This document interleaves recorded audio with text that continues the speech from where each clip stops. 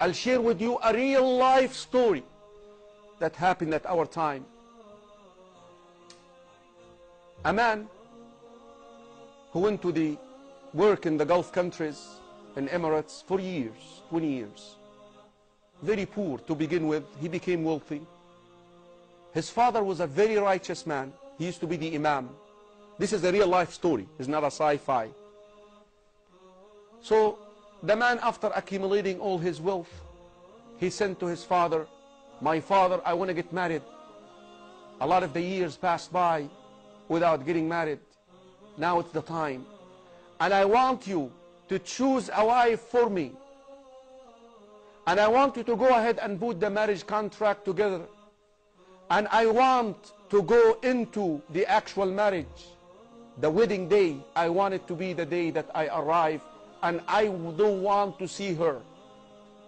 This is how much trust this man, this young man, had in his father.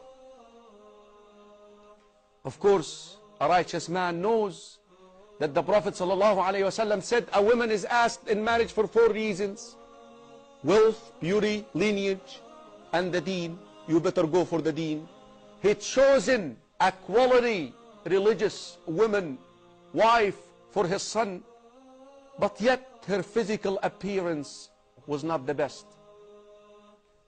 The son arrives to Egypt. At the airport, he's picked up and he is taken to his wife, who was wearing a veil, and then basically he got into the room with her alone. As soon as she unveiled herself, he became shocked. He became shocked. "This is the wife that my father chose for me? She's not beautiful. She's not beautiful." He became so depressed. Here I am coming after all these years, so excited, so excited. He became so depressed. So he slept. Towards the last third of the night, the wife, who understood the reaction of the husband, she tried to wake him up. He refused. She tried again. He refused. And then she sprinkled water on him to wake him up. So he waked up, and she spoke to him and she said, "I know how much disappointed you are, and I understand I'm not beautiful. But you know what? I wished to get married for one reason. I wanted to implement the hadith of the Prophet ﷺ when he said, رحم الله رجلا, may Allah have mercy on a man who wakes up to pray at night, and then he would wake up his wife, and if she does not wake up, نضح عليها الماء, he would sprinkle water on her to wake up." And this is the segment that she wanted to implement.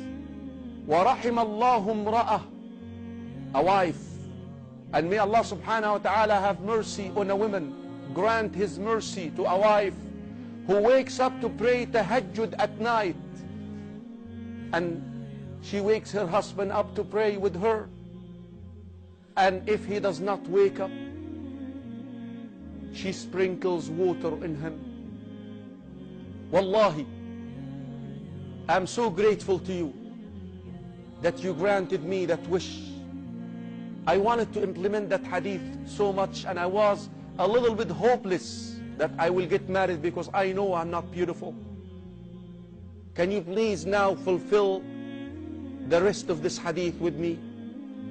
Can you wake up and just lead me in salah, pray tahajjud with me? He waked up and he led her in salah. Brothers and sisters in Islam, this man swears by Allah that as soon as he ended his tahajjud leading her in salah, I looked at her as if I'm looking at the most beautiful women in this world. That's the way it goes, akhi. Don't be deceived by all these soap operas and movies. The love gets to the heart because of Allah. Allah can make you love your husband, but you and your husband obey Allah. Lead your wives in salah. Have your husbands lead you in salah at night. This family, brothers and sisters in Islam, they have grandchildren who memorize the Quran, and they are students of knowledge, and some of them are about to be scholars of this ummah. Brothers and sisters in Islam, don't compromise nor test the commands of Allah. If you want to live happily, like they say in the movie Ever After, marriage is a tough institution. Enough that shaitan every day places the crown on the head of a shaitan who separates a husband and wife. You need a good partner for the mission, and the quality that you must seek: righteousness and piety. And if you do, you will get the best of this dunya, and bi'idhnillahi ta'ala, you will be with your reformed husband and reformed wife, azwajun mutahhara, purified spouses in Jannah.